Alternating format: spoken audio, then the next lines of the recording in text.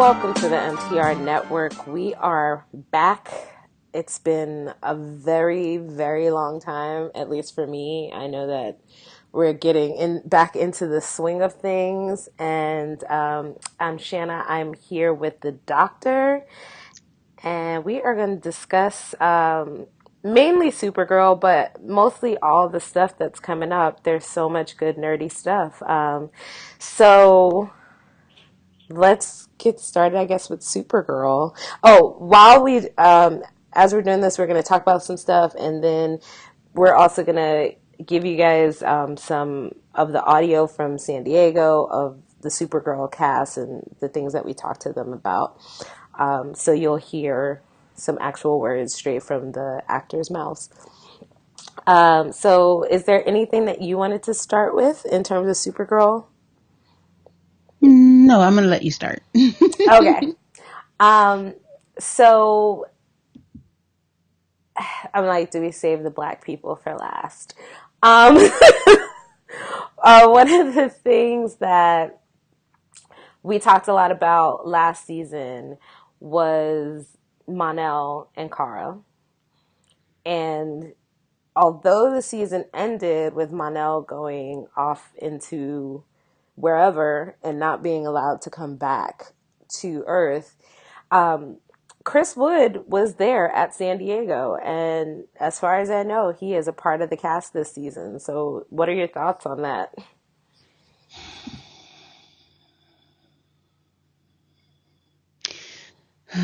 Okay. Long beleaguered sigh. That is So your here's the thought. thing.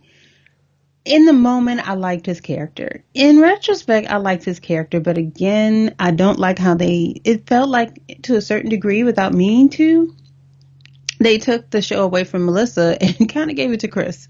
So I'm really hoping if they're going to bring him back that they correct that he is a supporting cast member and it is Supergirl, not the Monel show. What do you mean? They centered a good deal of this season around him. First it was around her relationship with him. Later it was around his family finding him. He was kind of the central focus, and you can do that for a narrative arc without taking the show away from the lead.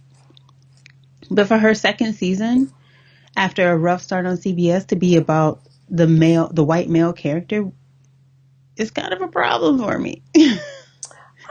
I don't know if I saw it as it's centering around him, but I do feel like finding him and obviously whatever chemistry that Chris had with the cast, they didn't want to let him go, which I understand. He was kind of like that on Vampire Diaries as well. But I don't know if I would say it's centered around him so much as um, it helped drive the story. Um, I will probably have to agree to disagree because I really feel like they centered it on. So.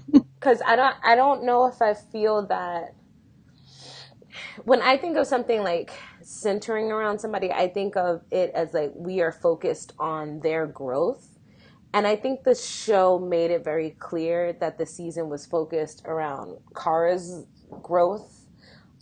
So I don't think that, yeah, I don't necessarily see it that way.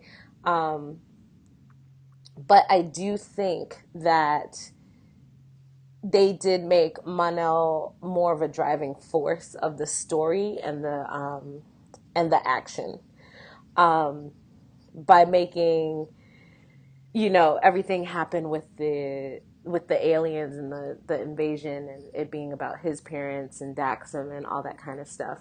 Um, I don't know, but because I think Supergirl always does a very good job of being like, here is the lesson of this episode, and the lesson was kind of always centered around Kara in my mind. Okay. Um, as far as I know, a big part of this season is going to be her struggling between like and part of it again is because of what happened with Mano, but a big part of it is going to be like what it means to be human versus alien. As this, in a more subtle way this season, she is much more matter of fact, and she's kind of grappling with her identity. This whole year is about, from what I've seen of season 3 and what I've heard, it's about identity and knowing who you are, and she wants to decide, is she a human or an alien? And she's much more businesslike as Supergirl. Not evil, but more adult. And for you, what's that like to play like a completely, not a completely, but a different version of your character where like it's darker as we're growing up? Well, I think that's the logical progression. And I want to explore all the depths of Kara Zor-El as I can, because I want to show the complexities of, as much as I can in her wearing the cape, of being a woman and what it takes to balance everything, what it feels like to lose someone, and there's so many complexities to explore. So any facet of her I can, it's a joy. The show a bit of credit for this. I don't know if because I don't know how much credit to give them ever, but I think it was good that the aliens that invaded were aliens who look like humans. Why is that? Because I think too often when people think of aliens invading, or we've seen in this world how people treat the aliens, especially the ones who don't look human. Mm-hmm.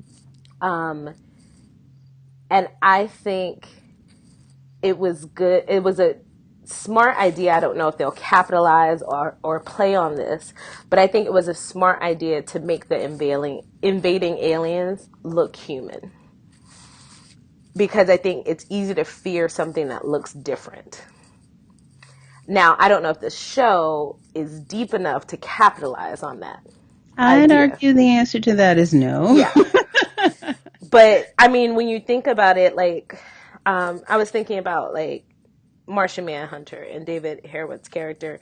Like, such a big part of that was that, when he changes from looking like Hank to a Martian for the first time. And that's what's so scary for people. And they're trying to round up folks. And even with Jimmy and those aliens that, like, everyone's trying to hide by looking human. So I think it's cool that the invading aliens already look human and they don't care. And they're very much so like, we're aliens and we're better than you. Now, yeah. I don't know if the show, like I said, will capitalize on that, because that would be a really cool metaphor. No, I don't know. I don't know that. No, I don't know that we've seen amongst any of their shows the capacity, with the exception of Legends, the capacity to go there. So I don't know. Yeah. I'm leaning towards no. Well, another thing that they teased or talked about is love interest for Jimmy. That's not Kara. Apparently, there's going to be another major shakeup at Catco. Yeah, he's going to be running Catco still. There's a shakeup that happens at Catco from a very unexpected source. A source that, very unexpected source. And it kind of jeopardizes his seniority there for a little while. Yeah. And a cool little love interest. Ooh, a And aren't we getting Calista back full time? I believe we're getting Calista back. So I assume the shakeup is Callista's taking back over her company. But they mentioned a love interest out of that, and I'm wondering. So I'm of two minds about this. I like Jimmy and Kara. We know this. We know this. I want that to happen again. I don't care what no one says. Keep hope alive. But I'm thinking either Jimmy has an affair with Kat, or Ew. What? Jimmy has an affair with New Girl, World Killer. That would be shitty. I need them to stop shitting on Jimmy. First season, he got he got friend zoned and sideswiped. Second season, they basically ignored Well, him. no, the first season he friend zoned Kara. That was the opposite way around. He had Lucy, and he was. I mean, in terms of character development, they keep sitting my man to the side, and now the way they bring him in is he's getting the Caitlyn treatment, except that he can act. That's what it feels like.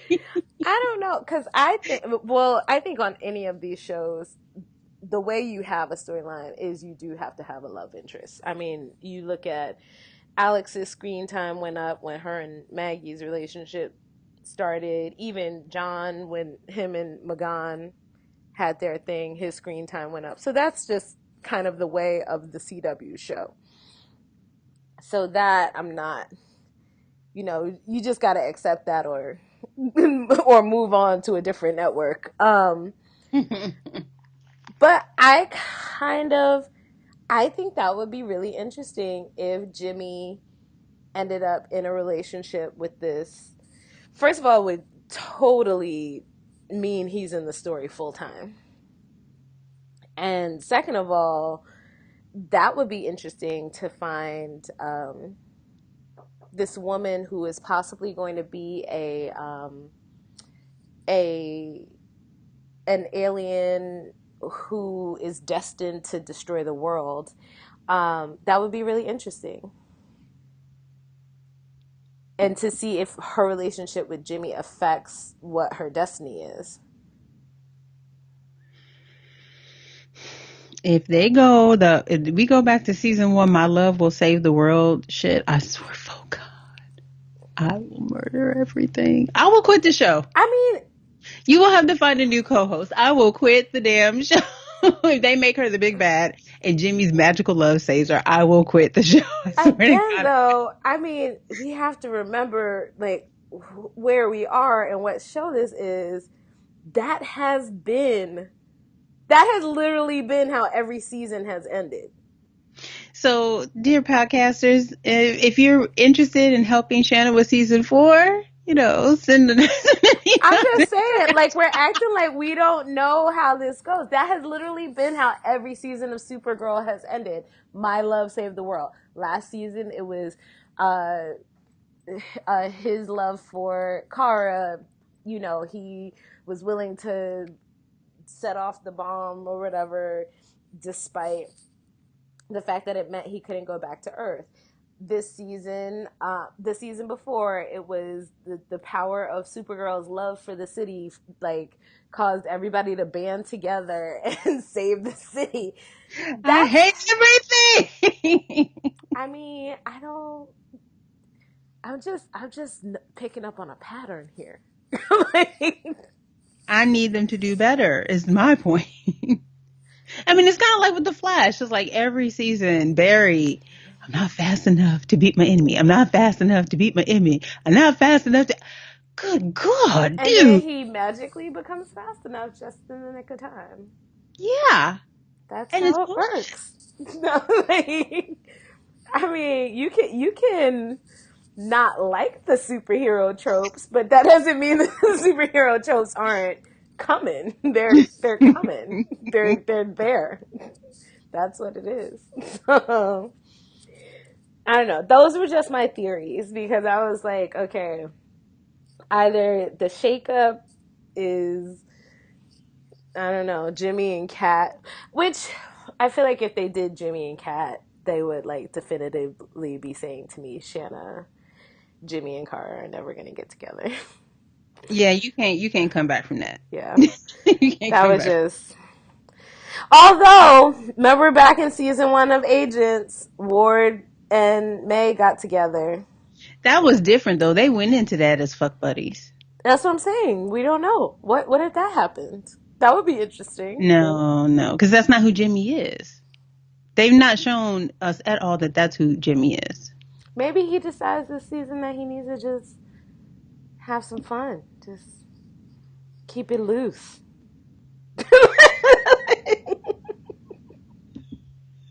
That's all I got.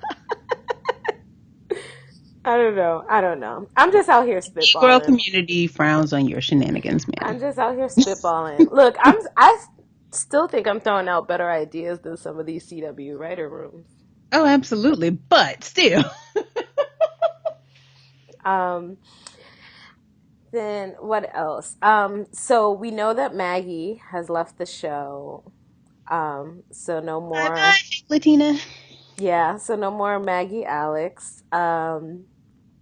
Although the producers have said that they love her, they're not killing her off, and there will be some sort of closing to that relationship. We're so sad that Floriana is not available to be a regular this season, but we are telling a very compelling and modern story for them in the remaining episodes that we have with her that I think really honors their relationship and the love between them.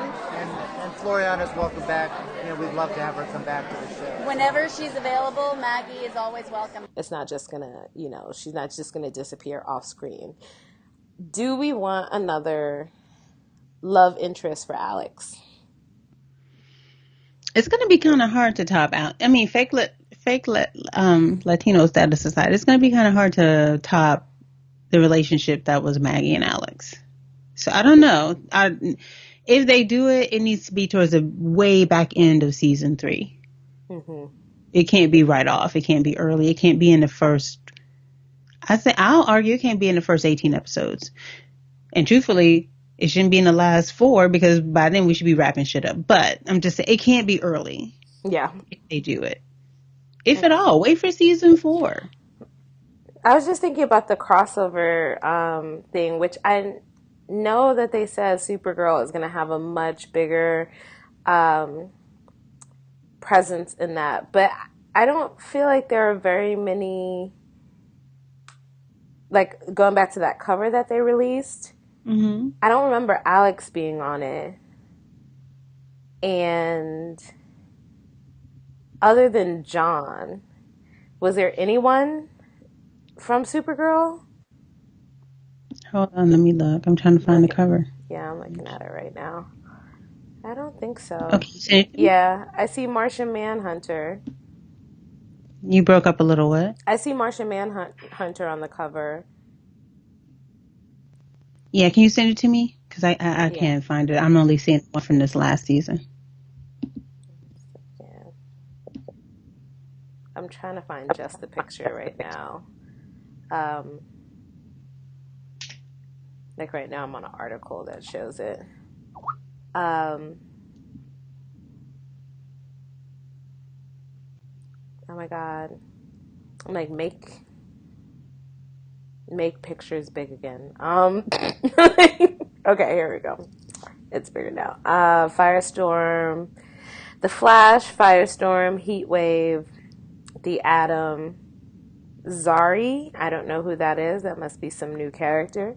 Killer Frost Vibe, White Canary, Mr. Terrific, Vixen, The Ray, Supergirl, Black Canary, Green Arrow, Wild Dog. And in the image we see The Flash, White Canary, looks Reverse like Killer Flash. Frost, Reverse Flash. That's Rain up there. That is Supergirl. I think that's Rain. Okay. Is this the vigilante maybe facing Green Arrow? I think so. I didn't finish. I'm still on. I'm still on episode 17. Oh yeah. And then it looks like there's another like black person, like not maybe black, one of the like, not black maybe, skin. Yeah, I was thinking, he looks like one of the League of Assassins folks. Yeah, because they also have a bundle of arrows as well. Mm-hmm. Yeah, so interesting. Yeah, it doesn't feel like Supergirl has a lot of. She still doesn't have much of a team. Like Guardian will be in this season as well, but it still doesn't feel like Supergirl has much of a team right now. Arrow has like next to Legends, the deepest bench of folks. True, but he's a dude with some arrows, so No, that's what I'm saying. But it's like for a show that essentially started out with like him by himself, like loner, crime fighting vigilante. Now he has like a whole entire team of people, which is just crazy to me. Yeah, so we'll see. We'll see. I would like Alex to do. I actually like Alex's fight scenes. I think they do really good choreography for Alex's fight scenes. Yeah. So I don't know if I necessarily want her to be in love anymore. It was a really nice coming out storyline, and I appreciated it. But now I'm like, I'm just good if Alex is like doing her thing at the DEO and fighting crime and all that. I'm good. Let's see what else. David Harewood does tease that there's another Martian coming, a big Martian. I again don't know enough about the Supergirl world to know who that may or may not be. Because for a guy who thought that he was the only Martian left, he seemed to be running into them left and right. So Look, it's kind of like the Superman thing. He's like, I'm the last son of Krypton.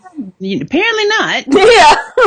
Oh my God, I think that was a line on Smallville. He's like, for somebody that was supposed to be the last one, it sure is a lot of y'all showing up. Like, I'm just like, okay, we got the white Martian, we got you're not, so I'm just, are yellow Martians a thing? Oh, I don't know. Why are there so many colors? Like, why are there so many colors? Yeah, so I have no idea who else it could be. Unless there's like another big white Martian villain that we haven't met yet.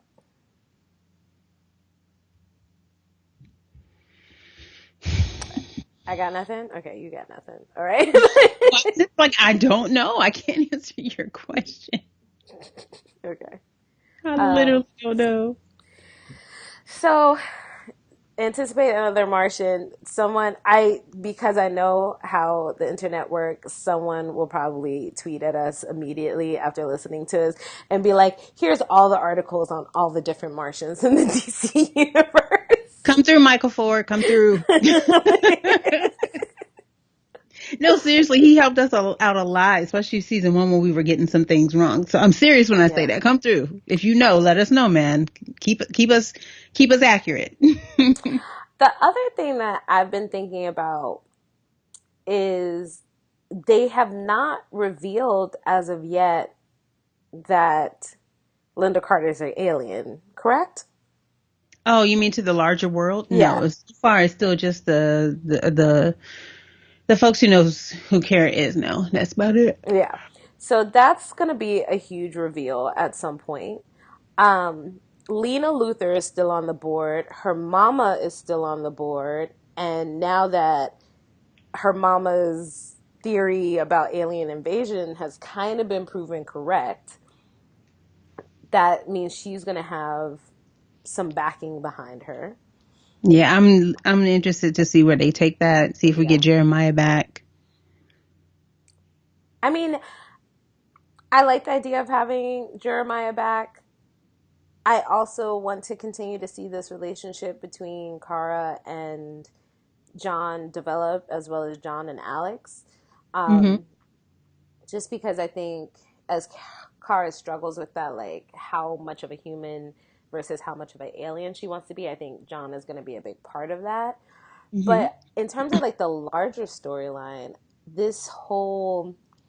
I'm really anxious to see what the fallout of the alien invasion is going to be. Like how society is going to react to it. This isn't their first one, though, is it? Because remember when Allura attacked? That wasn't an invasion, though. Because she didn't have that many people with her. True, but Like I think the that way was that more of a wasn't that was like a mind control thing. it was, but at the same time, it could still be perceived and spun like an invasion because that's what Maxwell Lord kept spinning it as. Yeah.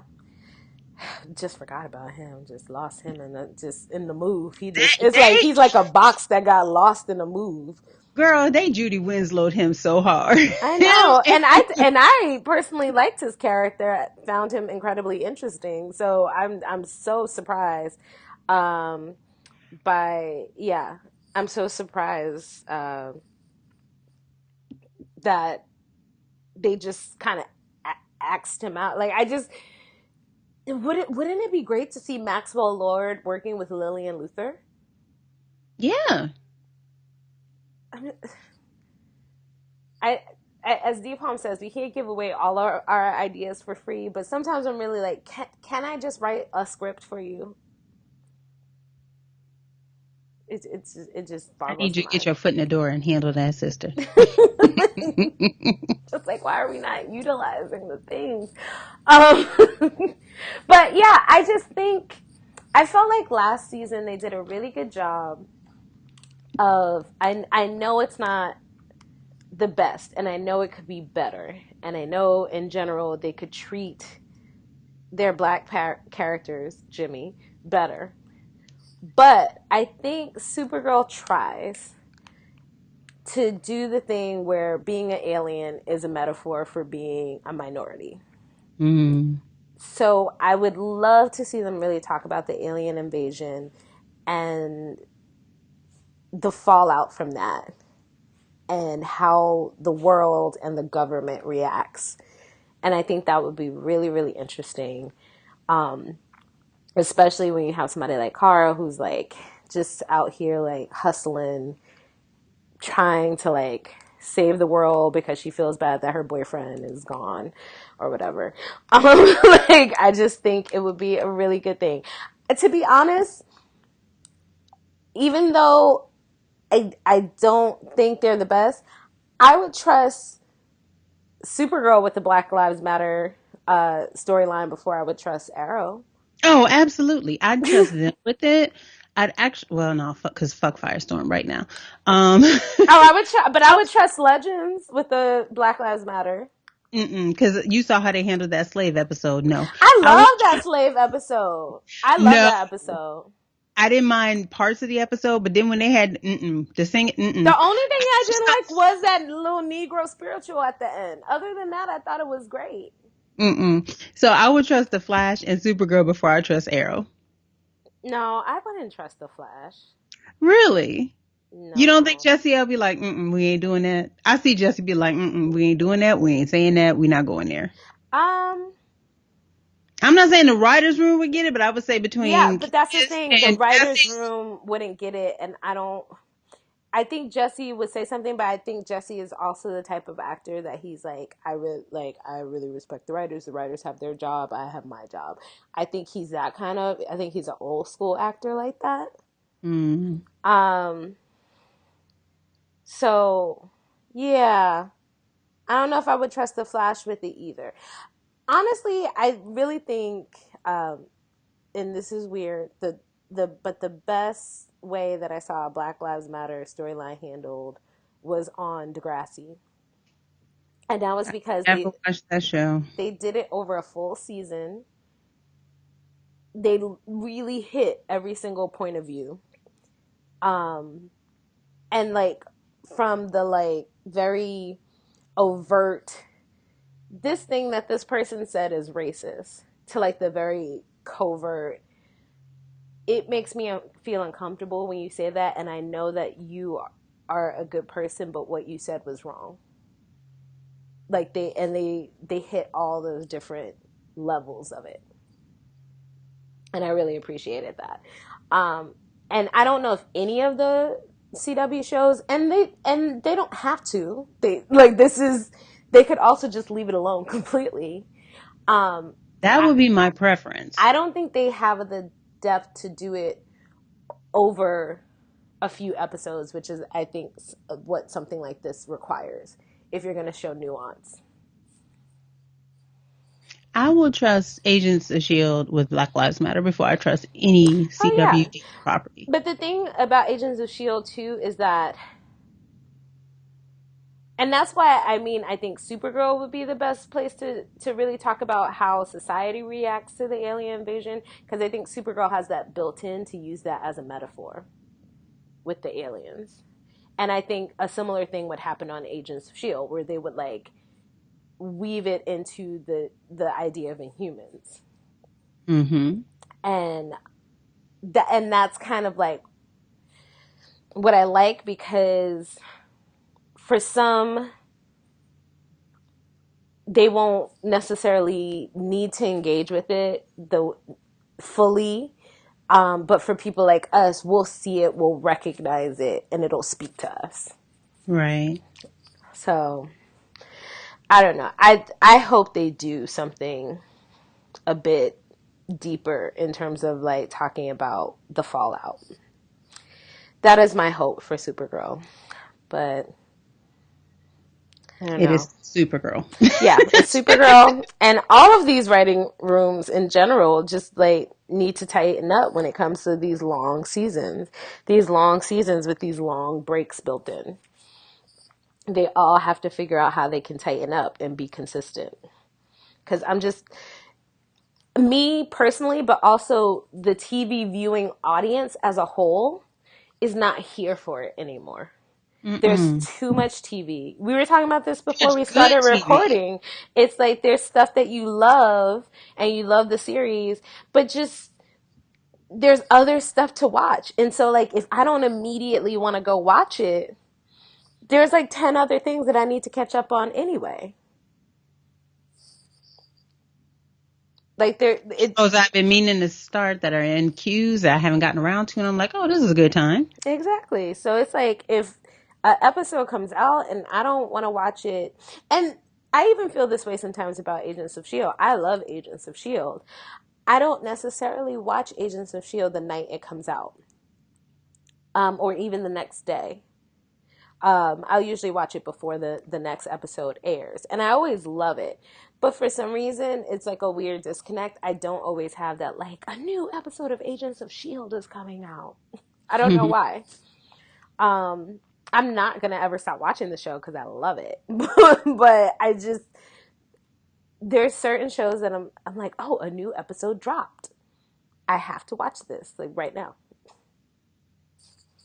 So you kind of have to be that show, and you have to figure out like what in your writing is going to make it that show for people. Because otherwise they'll just watch something else and catch you when they catch you. Anything else for Supergirl that you're excited about, that you can't wait to see? I want to see how they handle rain, and they better do it right. That's all I'm gonna say about that. And so and that to me also is what I think would be really interesting about seeing this fallout. Seeing this fallout, seeing people be scared and try and enact all these things. And then how does that, because from what we've seen of Reign so far, she was sent to Earth at the same time as Kara, but with a completely different mission, right? So we don't know how long she's been on Earth, what she knows about herself and where she comes from. And what if she's like super nice when we meet her? What if she's like super nice and she loves Earth and she loves the people of Earth, and what if she like wants to be like Supergirl, and then like all of this fallout from the alien invasion just turns her angry? I'm hoping it's not that, because we kind of saw a version of that with Siobhan. I'm hoping it's more she lands and doesn't remember. I'd rather it be in an amnesia angle, honestly. Yeah. But And that's then what I'm saying. Like, what if she's like totally just like oblivious and she's like happy and cool, and then she like discovers her powers and is afraid of what people will do to her. I don't want to. Once she comes into her powers, it can't. Based on how she was how I saw her introduced in the comics, it can't be from a place of fear. For me, it almost has to be a switch that flips on, like, oh, that's right. That's what I'm here to do. Oh. That's the only way it works for me. And I could be wrong. They've proved me wrong before. But for me, once she comes into her power, it can't be like, oh my God, I do this. What do I do? It has to be, I am in my power and I'm supposed to tear shit up. Because that's what I'm here to do, is to tear shit up. So. Okay. I know nothing about this character, but I'm happy with the actress that they cast. I really like Odette. And I would also I would like to see if Lena has any interaction with Rain. I just kind of like, it's weird. I'm not one of these people who's like out here like shipping Lena and Kara, Me either. or anything. But I do like when my like ladies are all off interacting with each other. So I'm really excited to see like Kara and Lena and how that relationship develops, and I want to see Rain and Kara and how that relationship develops. And it would be cool even if Lena and Rain had some sort of interaction. Like, I just want to see how all my ladies interact. Yeah, no, I agree. So, and yeah, and not in a like, and now kiss way. Like, I don't need all that. Um, let's see. So the other thing we wanted to talk about was Black Lightning, just because there's been some casting news. They have cast Jill Scott as Lady Eve, who is a Black Lightning villain. And according to EW, she is the bridge between Tobias Whale, who is played by they call him a LA rapper. I've never heard of this man. He's played by Marvin Jones, the third, and apparently, I know, the third, right?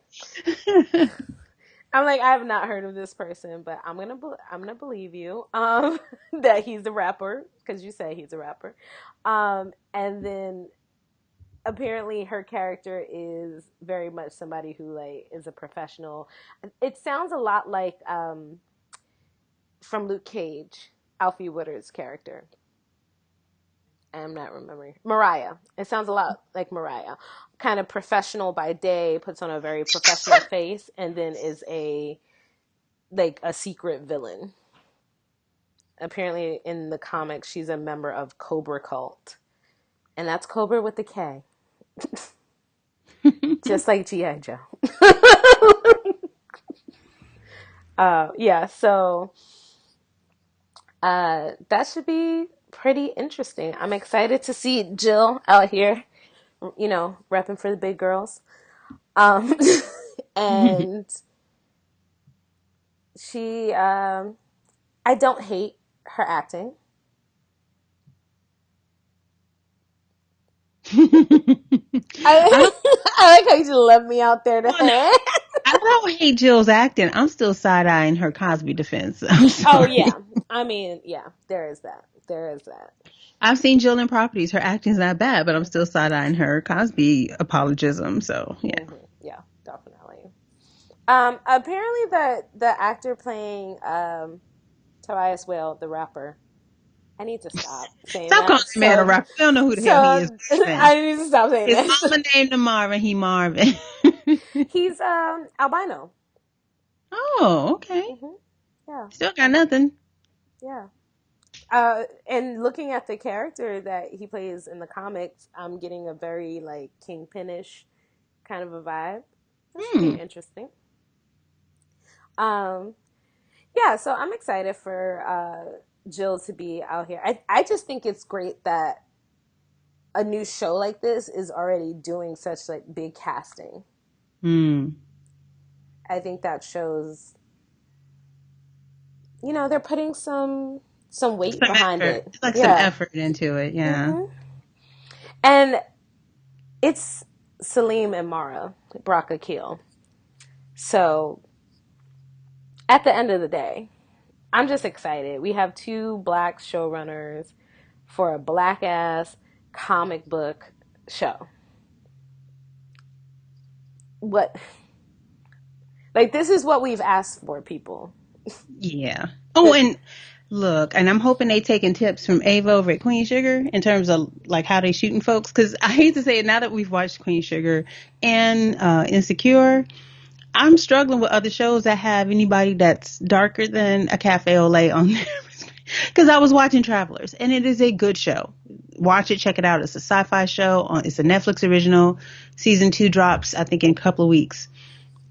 And there's a young black lady in the show, but she's lighter skinned. They had this brother in there that's a cop, and he looks a little dusty. They had a dark skinned doctor, and you could barely see his features. I'm like, oh my God. Okay, so season 2, I need y'all to hit up Ava and her director of photography, her directors of photography, and, swap notes and their makeup folks, and just work this out. Do better, because these shows are showing you it can be done. Mm-hmm. So. And I mean, I saw Cress Williams at San Diego. He done got down to his fighting weight. The man is ripped. The two girls playing the daughters, one, Nafisa is her name. Beautiful chocolate skin, gorgeous hair. The other girl, China, she's probably like about my complexion. The mother, she is the same actress that was on Feed the Beast. She played David Schwimmer's wife on Feed the Beast. She is the most beautiful, just dark skin, gorgeous. Everybody on that show is gorgeous, beautifully skinned. They better light these folks right. They better take advantage of this beautiful melanin that God has given them on the screen and light everybody like no tomorrow. That's what I'm saying. Like, there are no excuses. There are no excuses. Completely random and off topic. I just found out that the girl that plays Kiki on Queen Sugar is 27 in real life, and I'm like, where, who, what sacrifices? What sacrifices are we making? Because I was getting a little concerned about her character, and Micah's character seemed to be like heading towards possibly having sex, and on the show she looks like 15, and I know in real life that actor that plays Micah is 23. So I was feeling uncomfortable that they had this, like, I thought she was like maybe 17.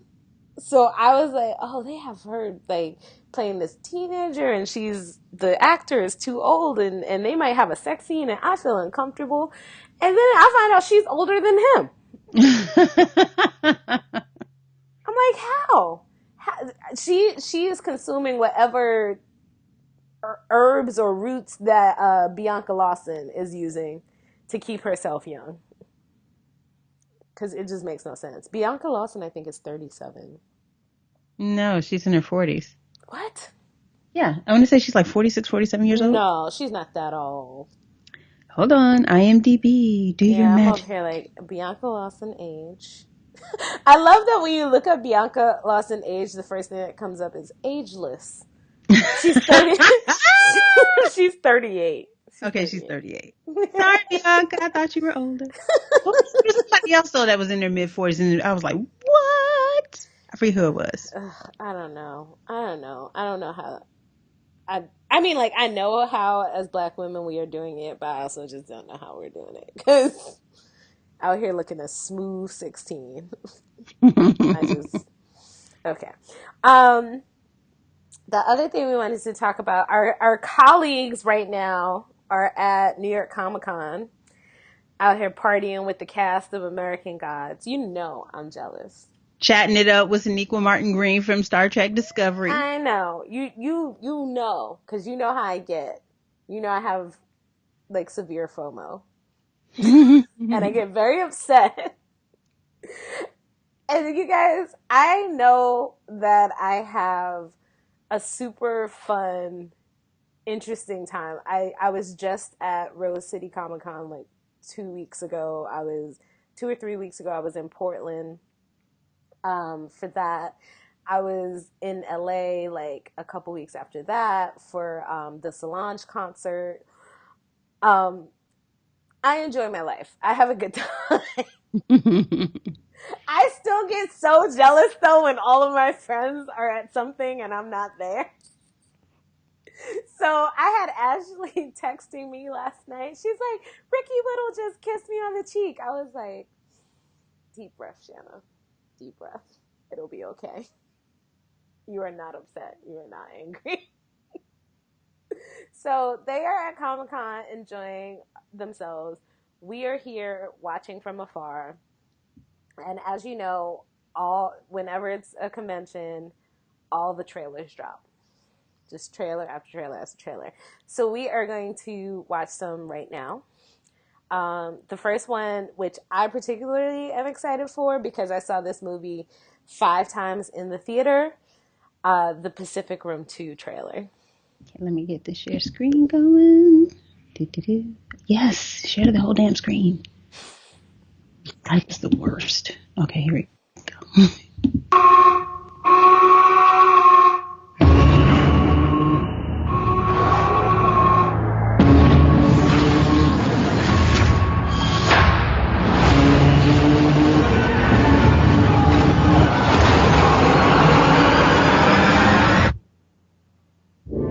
We were born into a world at war. Between the monsters that destroyed our cities and the monsters we created to stop them, we thought we had sacrificed enough. But the war we thought we finished is just beginning. And the only thing standing in front of the apocalypse is us. War ready. War ready. But it doesn't matter where you came from, who believed in you and who didn't. War ready. War ready. This is our time. This is our chance to make a difference. War ready. War ready. Now let's get it done. That's what I'm talking about. I wanna get it on till I die. In my focus, I wanna get it on till I die.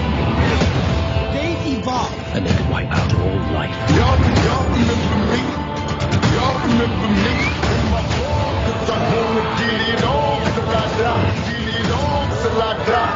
I think I could get used to this. In my focus, I wanna get it on till I die. There's something you need to see.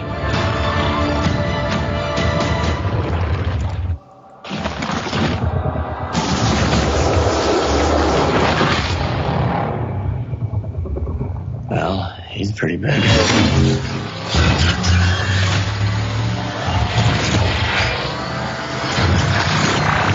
Fire everything you got! Get it on till I die. Get it on till I die. Get it on till I die. Legendary, live eternally.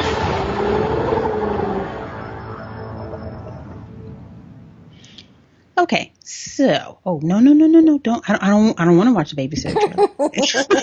We're good. Okay. Although I'm very excited for the babysitter. I'm totally watching that next week with some wine and a bunch of popcorn. I cannot wait. So here's the thing. I am hyped. I mean, because I liked the first movie. Mm-hmm. And I got a little worried. I was like, okay, where's my girl Mako? But I saw her, and I saw my man Burn Gorman. Love him from Game of Thrones, from Torchwood. You know, he's in there. And John Boyega. However, looking at the top bill cast, John Boyega isn't top bill. So I'm hoping this isn't another okie doke like they pulled with Detroit, apparently, where they have him all front and center.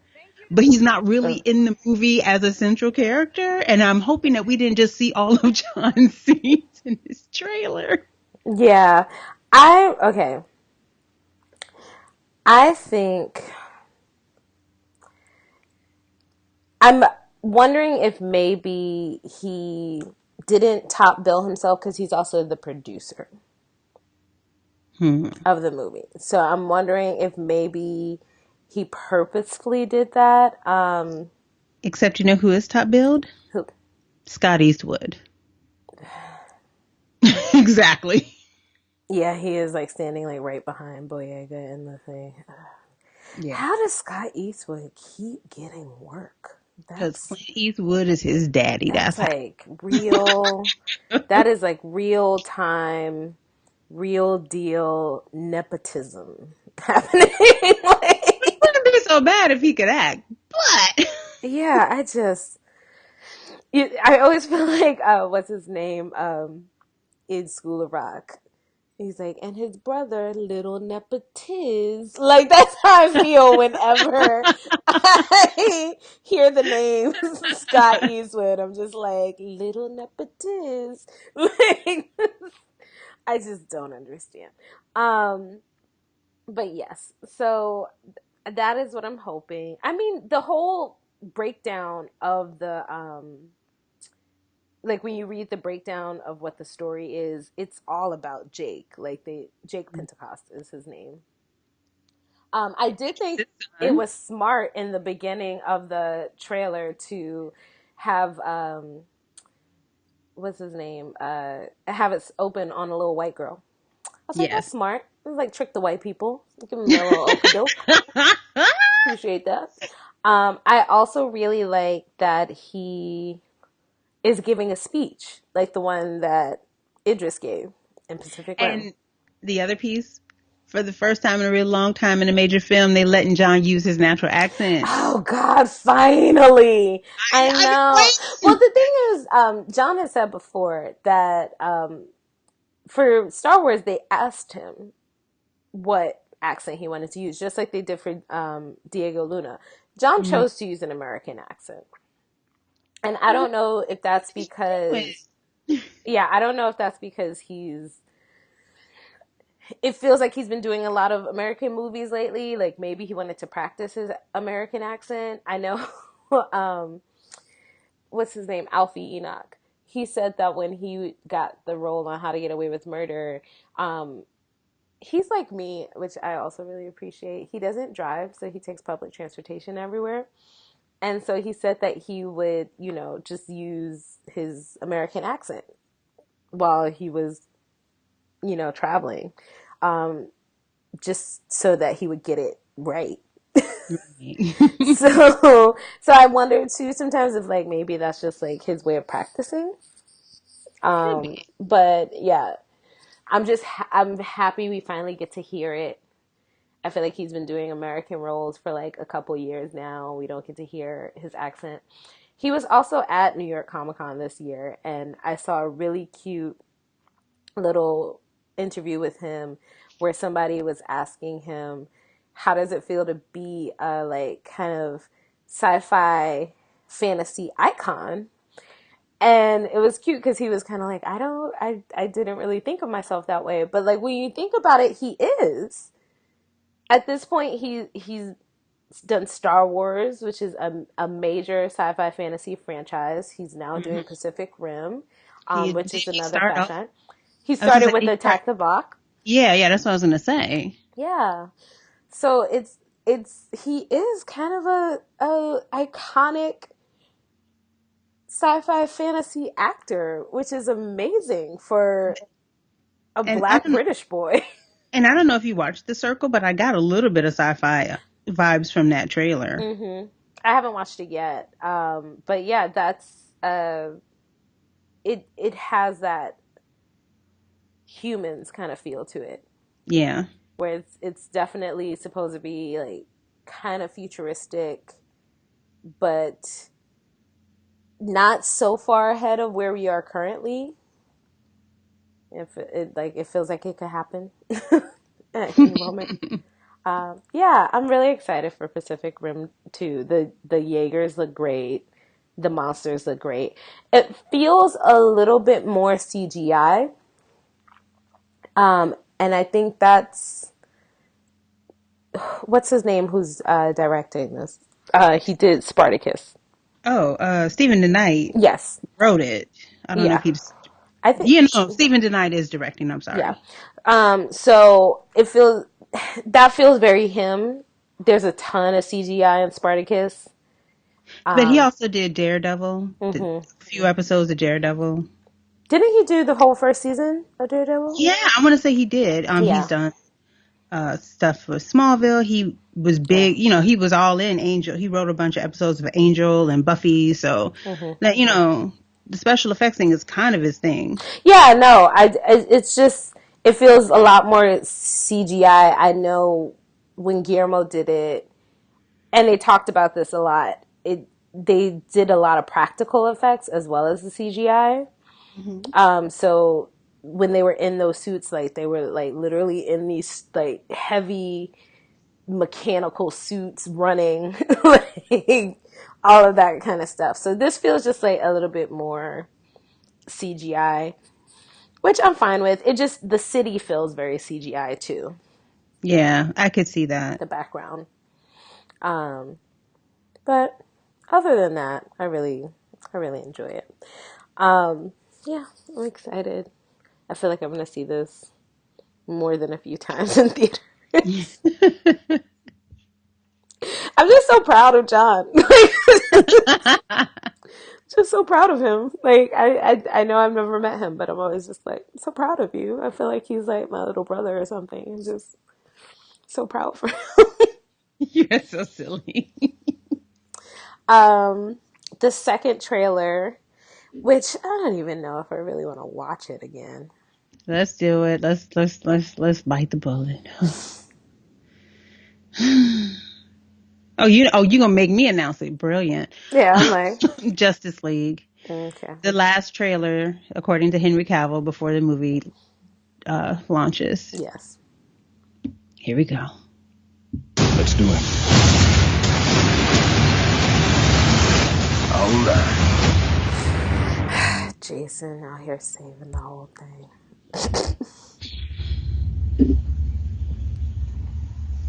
Where we get more of Amy Adams than I think we ever needed in this movie. Wait, okay. Pause. Let me pause it.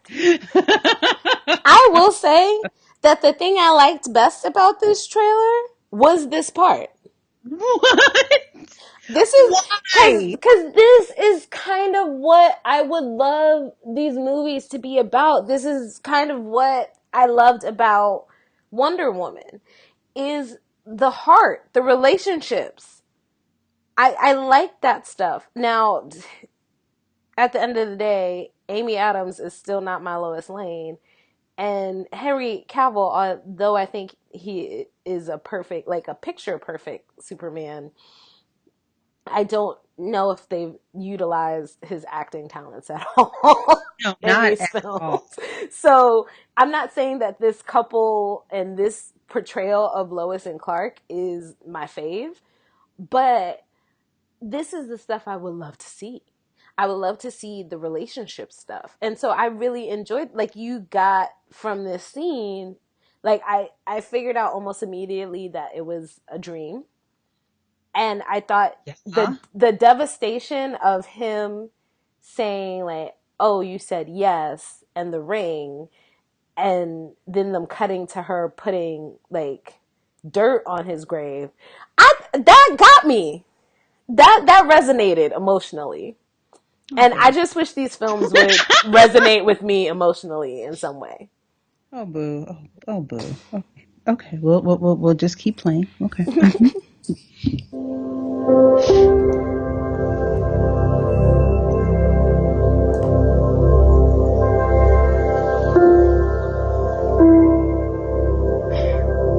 I'll take that as a yes. What? The ring.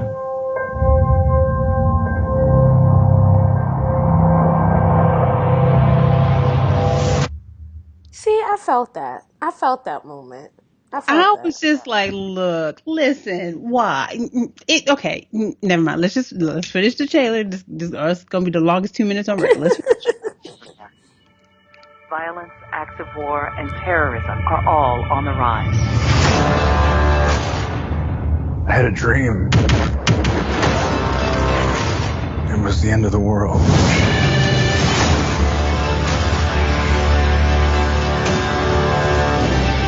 Invasion. I think it's something more. Something darker. Okay, pause. Are you judging me for these heavy sides? No, I'm wondering because unlike Marvel movies, with a Marvel movie, you know that whatever you see in the trailer is basically going to happen in the first like 10 to 15 minutes. Yeah. They give you nothing. Marvel movies. So I'm watching this trailer and I'm like, We're seeing the whole movie. Yeah, we're seeing the whole movie. Like this big invasion, this feels like this happens at the end of the movie because I'm like, there's no way that the big invasion starts the film. Like, you know how you know do it's the they end? come together because of the big invasion, or are they already formed by the time the big invasion happens?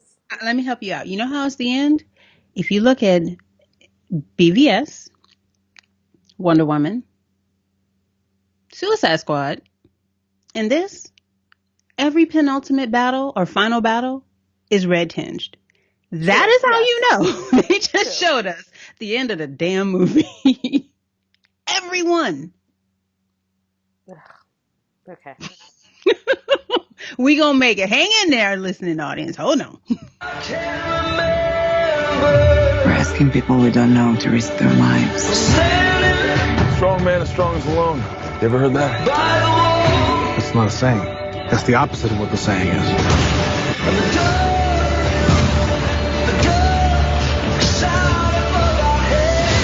Divided. We are not enough. Okay, every time I see that I swear I'm gonna let it play. But every time I see that red flash shoot, I'm gonna I wanna fight somebody. That is not aerodynamic. I don't pay attention to the Flash of Grant Gustin is my Flash. Grant Gustin is my Flash, and so I just don't recognize. I'm Bernard. Doesn't look like anything to me. Anything to me. Like Okay, I don't know what y'all are looking at, but it doesn't look like anything to me. Oh, Jesus, it's so painful. Okay, here we go.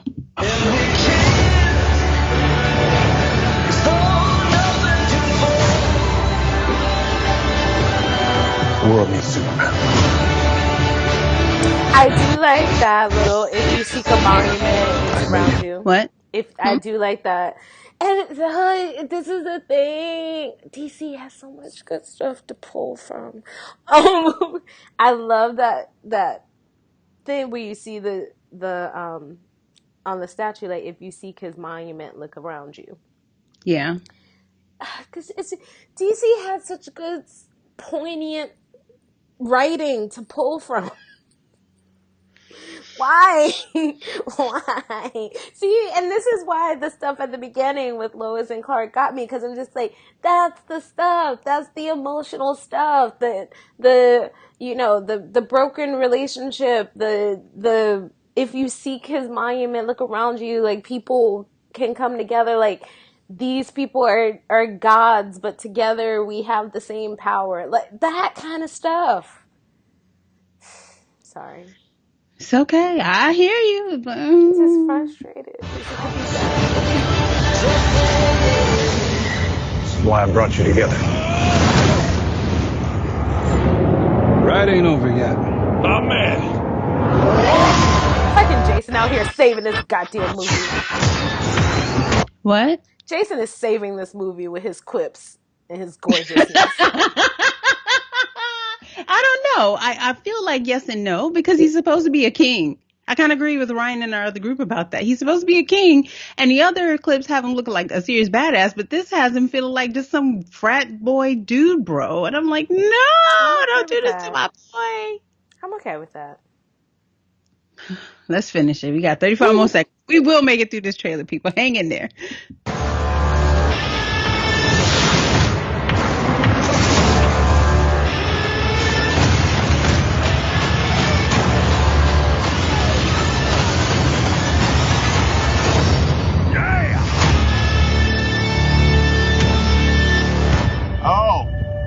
awesome.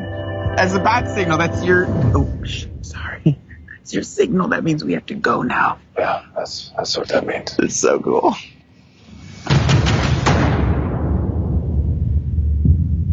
Jesus. I'm not all in. I am not all in. I'm not even like a quarter of the way in. I just... Oh, Lord. And like I said, a minute of that 2-minute trailer was all in red. So we saw a bunch of the highlights of the final battle sequence. You can't, if I'm wrong, I will own that I'm wrong. I'm actually probably going to go see it just out of sheer morbidity, but not at the regular theater. I'm going to wait till it hits the $5 theater here in town. I told you that they that I've decided that the reason there's so much smoke in that final scene is because Aquaman. I like Aquaman put out all the fires with his water, and that's why there's so much smoke. You can't see through anything.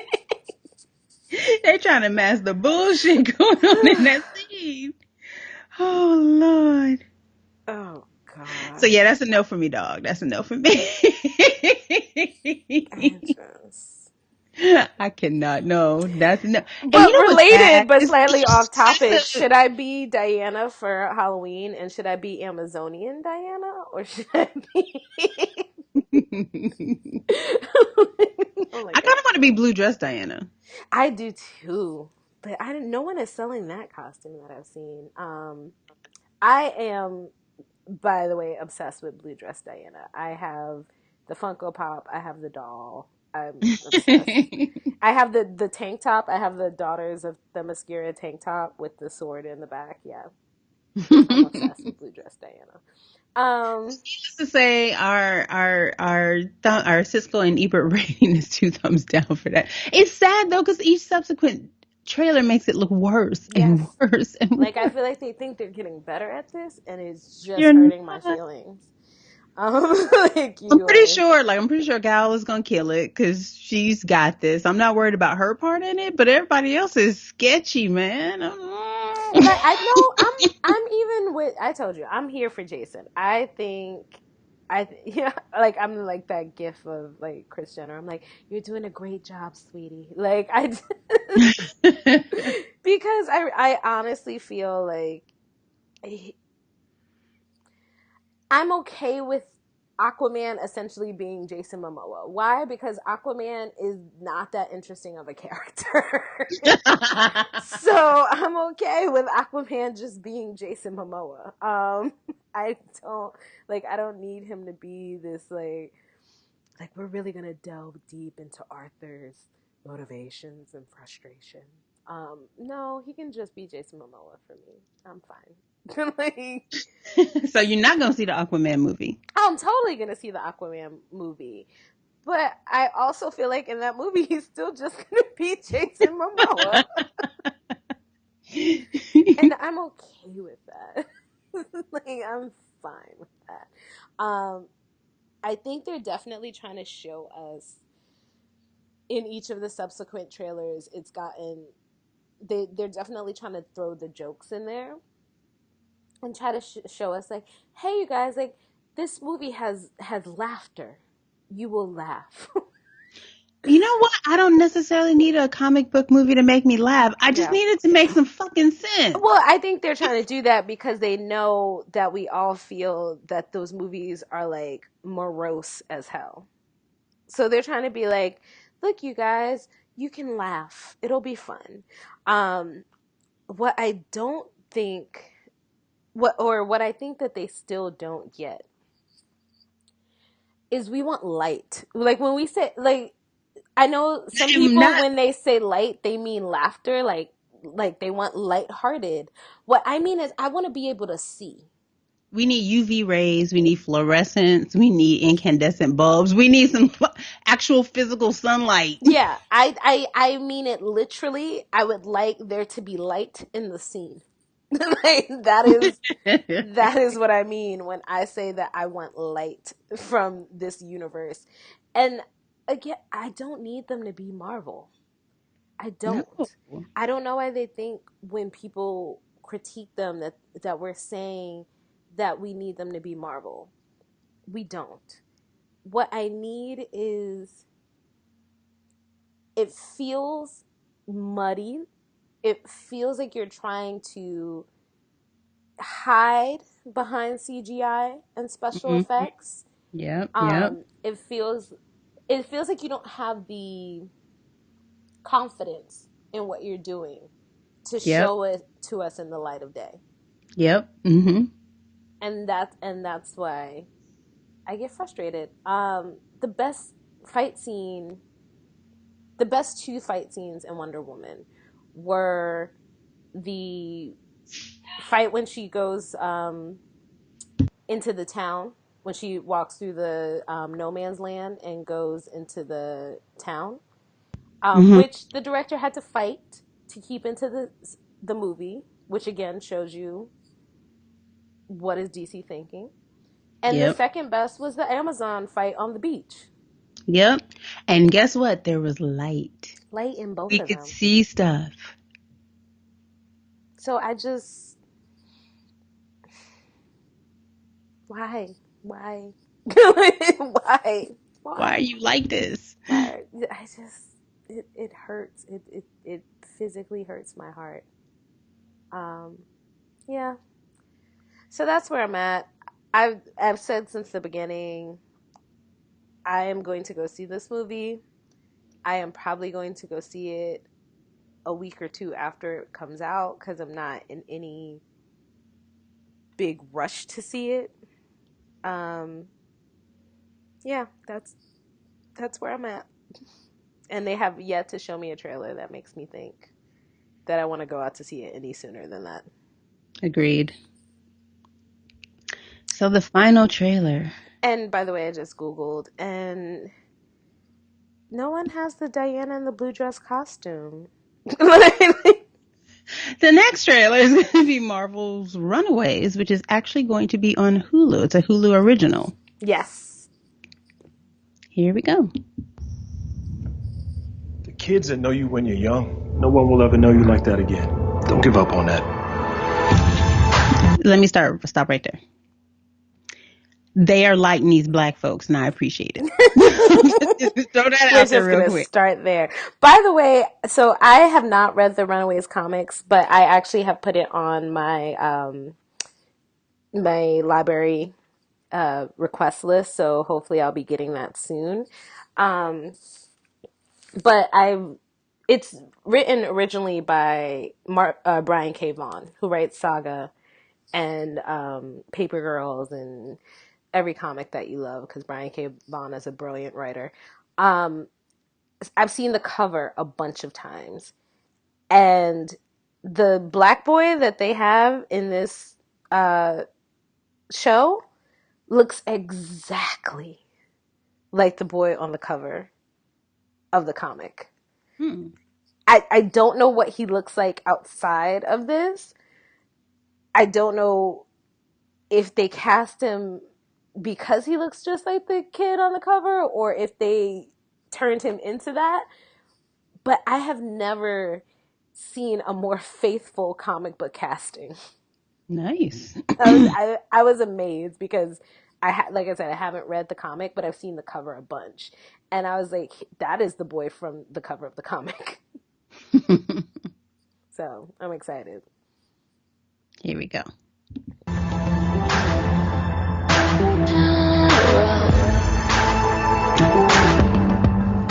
You gonna let us in? I hope you're right about this not being a big deal. They're teenagers. The last thing they're interested in is what their parents are doing.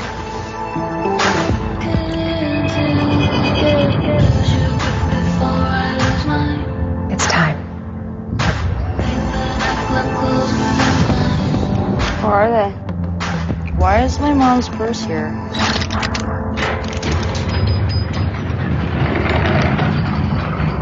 This is some Narnia shit. What is happening?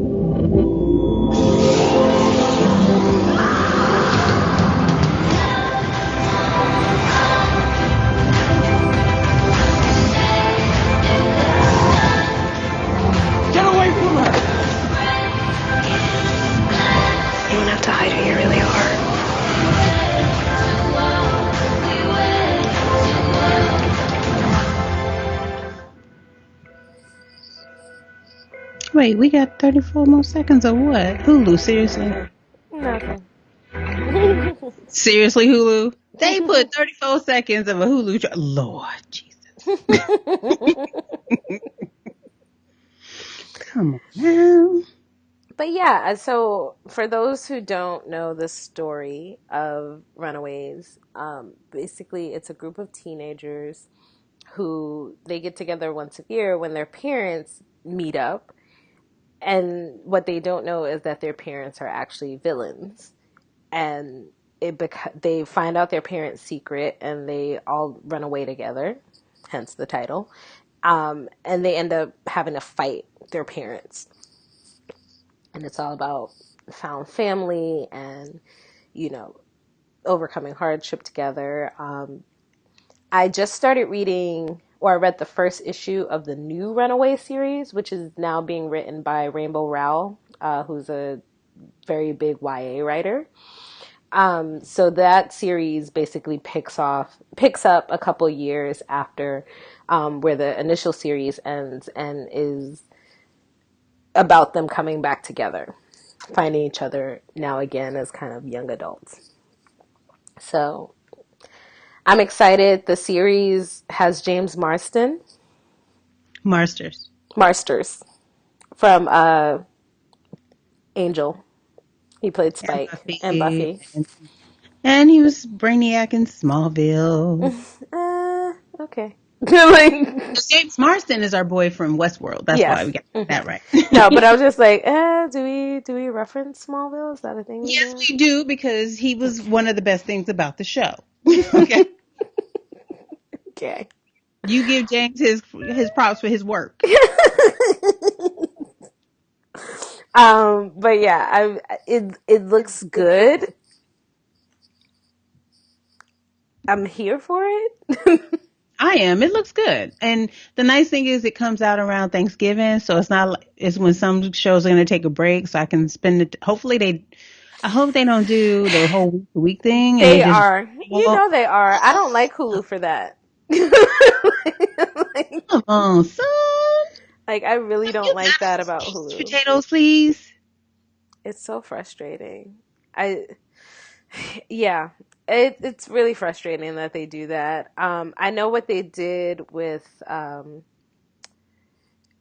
Handmaid's Tale, which made it actually to me more frustrating, was they released the first 3 episodes all at once, and then they did it week by week. So I was binging, and then I couldn't binge anymore, and that was really frustrating.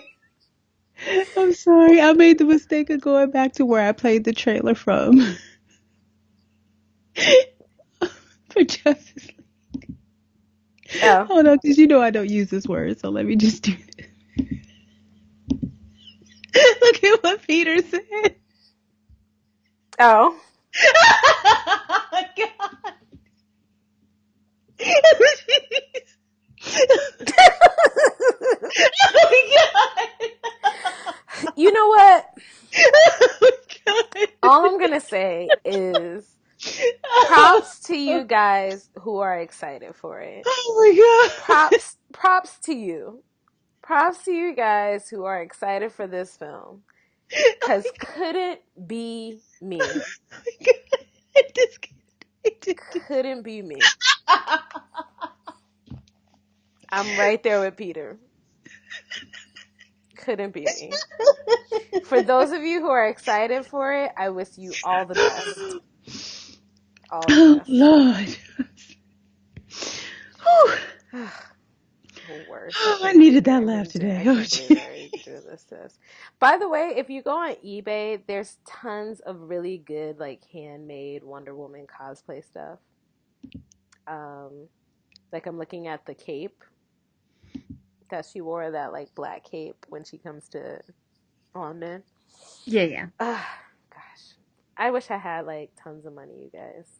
I would have all the cosplay things. Just I would walk around my house in a Wonder Woman cape.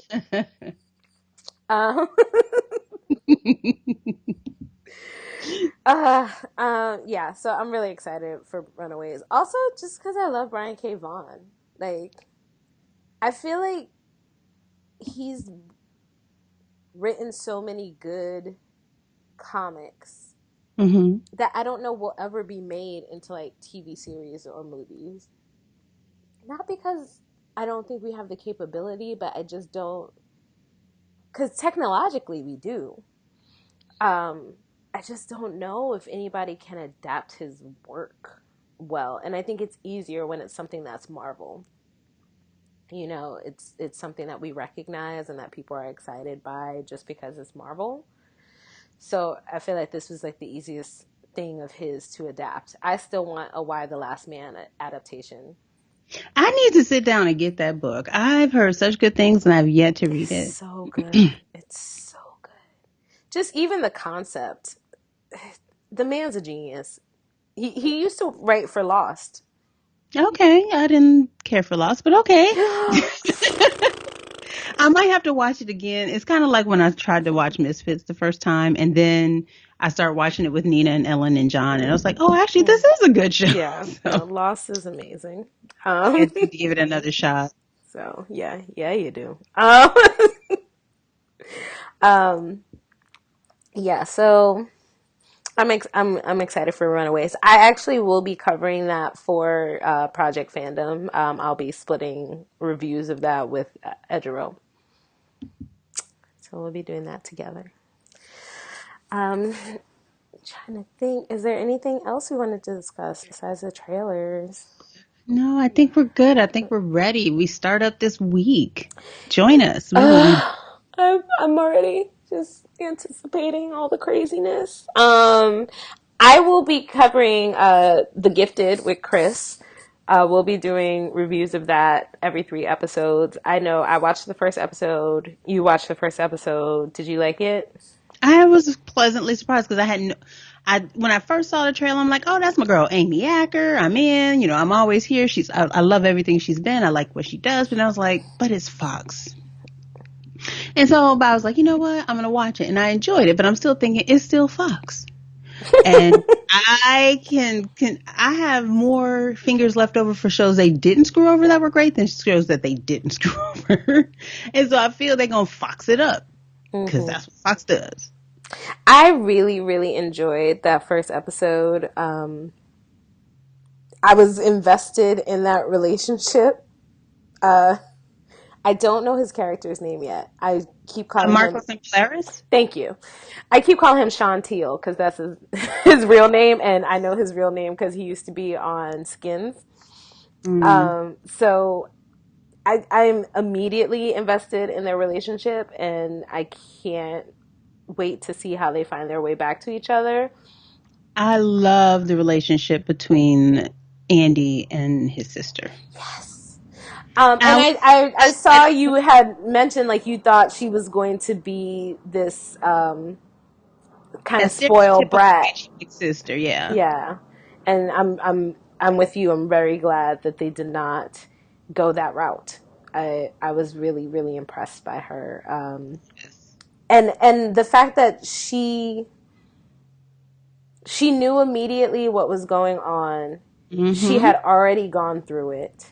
Mm-hmm. And she knew enough to know what was going. She's like, I pay attention. I pay attention to what our dad does. Mm-hmm. I pay attention to how the world views people like us. And I love Amy Acker, but the mom was completely clueless. Yeah, she didn't see it coming at all. She did not see it coming. She did not see, like, even after it happened, and she's like, we were the ones. She was like, she's like, but it'll be fine. You haven't hurt anybody. And he's like, do you not see the news right now? Do you not? Like, did you forget what I do? They're literally saying mutant attacks. Like, he's like, it doesn't matter if I didn't mean to hurt anybody. They think I attacked the school. Mm-hmm. And she's just like, but, and I'm like, no. I'm like, sorry. Fred, get it together. Pull it together quick. She's still a smarter mom, though, than that idiot from Dirty John. Sorry, just putting it out there because we've been listening to Dirty John. I haven't listened to it yet. I did add the first episode to, because I heard good things. It's 6 total episodes, and it will have you. If you guys listen to other podcasts, this is a serial style podcast from the LA Times called Dirty John, about this guy who basically is a con man who's married to this woman and what happened, the fallout of that. Needless to say, it will have you ready to fight somebody, and probably, sadly, one of the people you're going to want to fight is the victim in the case. And that's all I'm going to say about that, because it was insane what was going on that continued to go on. Whew, but it was, ooh. Let me know when you're done listening. Yeah. Oh my God. I hear nothing but good things. So I'm right there. I'm very excited for it. Yeah. The Gifted is good. I'd say go for it. I'm probably going to let some stack up before I watch, though. In October. The ones in October are probably going to get banked because I'm going to be doing some significant traveling this month. Like the last week I'm gone. So then I'll probably have to stack some up. I feel like The Gifted is the situation that is exactly what I was talking about, where I am excited to watch that each week when it comes out.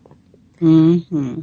So I hope they keep it up. I hope that I continue to be excited, but I right off the bat I was like, where's the next episode? How soon is the next episode coming out? I'm here for it. Also, I just like the little things that they threw in. The X-Men ringtone. The fact that the X-Men are missing. Yeah. Stan showing up. I haven't watched dude. I love him. Like Stan Lee is the bane of my existence, and let me tell you why. Because I love that old man. I love him dearly. But also, every time I'm at a convention that he's at, the line to see him and the amount it costs to see him or to get an autograph or anything is so exorbitantly high. Yeah. That I cannot justify it to myself. I cannot justify it to my wallet. And it frustrates me because I think I just want a hug. I just want to like shake his hand and have a hug. And that's probably like, I think even to just get in line to speak to him is $100. Good Lord. Which I also understand, because that man can't be shaking everybody's hand and hugging everybody. There's that, but he also got to pay for his insurance, because you know insurance is bullshit. Medicare is bullshit. Look, he's like, you're not gonna make me choose between having a house and my medicine. I'm gonna have it all. So if I can charge everybody $100, so be it. Yeah, I mean, I'm not mad at him. Get your dollars, Stan. It is incredibly frustrating to me as somebody who's like, I've resigned myself to the fact that I will always be within spitting distance of Stan Lee without ever meeting him. And that is the thing that is frustrating to me. I'm hoping, when Chris and I get married, that he'll be at the wedding. So there's that to hold out for. Speaking of conventions and spending too much money, I'm still contemplating it. We're going to look at my wallet. My wallet's going to look back at me and be like, are you sure? But in December, I'm going to Heroes and Villains in San Jose. And I think this is going to be the first convention that I'm going to be at where original Team Arrow, the whole crew, is going to be there. Okay. So it's going to be Diggle, Felicity, and Oliver. I might buy the photo op. I don't usually do that. But the whole gang is never usually in one place. So, yeah, because usually it's like Steven and David, or Steven and Emily, or, just Steven, or just David, or just Emily. Like, they're rarely ever all three together. And then also, I think Katie and Katrina are going to be there as well. So I kind of want to do the Nissa Sarah photo op. I don't know, guys. It might happen. I might spend way too much money on some photo ops. Look, if I didn't have children to feed, we have a friend named Shalita who her son life is fucking goals. Let me tell you, Shalita, like can't even see me right now. I'm just like crossing myself because I'm like, God go with ye. I don't understand. Shalita is like at every convention within 100-mile radius of her house. and not just at every convention, taking pictures with big name folks at every convention. And I'm like, girl, get your life. I'm living vicariously through you. I just, yeah, I love her. I don't know how I was thinking about it between the time off from work as well as the like photo ops and the autographs. She's good. Mm-hmm. More power to her. I'm over here like, so I'm gonna, get that press pass to the next con. Like, what's the cheapest ticket I could buy? Yeah, how do I just get in the building? The whole reason I'm going to Heroes and Villains is because they had a sale one day, and it was like I paid for one ticket, but I got 4 general admission tickets. So I'm gonna like bring friends with me. And I'm only going for one day because it's the weekend as a big event that I have for work. So I'm only going for the Sunday. So I'm going to make the most of that Sunday. But yeah, the people who do this regularly just as fans, I applaud every single one of you. I really do. I'm not please don't take it as judging. No, this is not. I'm like, serious. I wish it could be me. I do. I really do. I think part of it is I'm just naturally cheap. So part for me is because I have children. If I didn't have teen boys to feed, let me tell you something. I know that's taking like I'm planning for my quarter of your paycheck right there. A quarter, girl, you being generous. Anyway, I'm finally planning for my very first overseas trip to Ireland since my girl Asia Rose getting married to my boy James. Yeah. So my first overseas trip, and I had to plan for it. It's gonna be the first trip I ever take. By that time, at least one of these human vacuum cleaners will be out of my house. So I can afford it. Speak on it. No, I love my babies, but they cost a lot of money. Yeah. So it's no judgment at all. I'm ridiculously cheap. So if I could find a discount or a way to do it, as I always say, I'm balling on a budget. So that's the whole reason why. Otherwise, I'd be going everywhere. I told you the other day I was considering going to Arizona for a convention because it's the first time that I've seen that Chris Evans rarely does conventions. So it'd be him and Tom Holland in the same place. And I got excited by that. I probably still won't go though, even as much as I want to, because that's how cheap I am. But yeah, I'm really excited for all the stuff coming up. There's some other things that I'm going to confirm with Chris before we announce them. But hopefully we'll have more live events and things like that coming up in 2018. I think next year I am going to try my hardest to come out to New York for Comic-Con. Usually it's a little bit too soon after San Diego for me, but I'm going to try. Yeah. I'm excited for the new year. This year I've done a bunch of conventions that I hadn't gone to before. I'm excited to go back to some of them. Big things happening, guys. Big things happening. And then I'll announce some other personal things, projects that I've been working on once I have more to show. That's it. Just teasing. Just putting teasers out there. So we will see you guys soon. This week's podcast for the first episode of Supergirl will probably come out a little bit later in the week. because both of us are a little bit busy. We're definitely going to watch and comment the evening of, but we probably won't get to record until about Wednesday. But you'll have this out, the preview, to discuss, and we'll know by tomorrow at least some of our theories if they're going to happen. We shall see. We shall see. It's so weird that they're starting on a holiday now that I think about it. And holiday. A Jace. Yeah, I found out apparently that there's a lot of people who don't have Columbus Day off, and I'm sorry for you guys.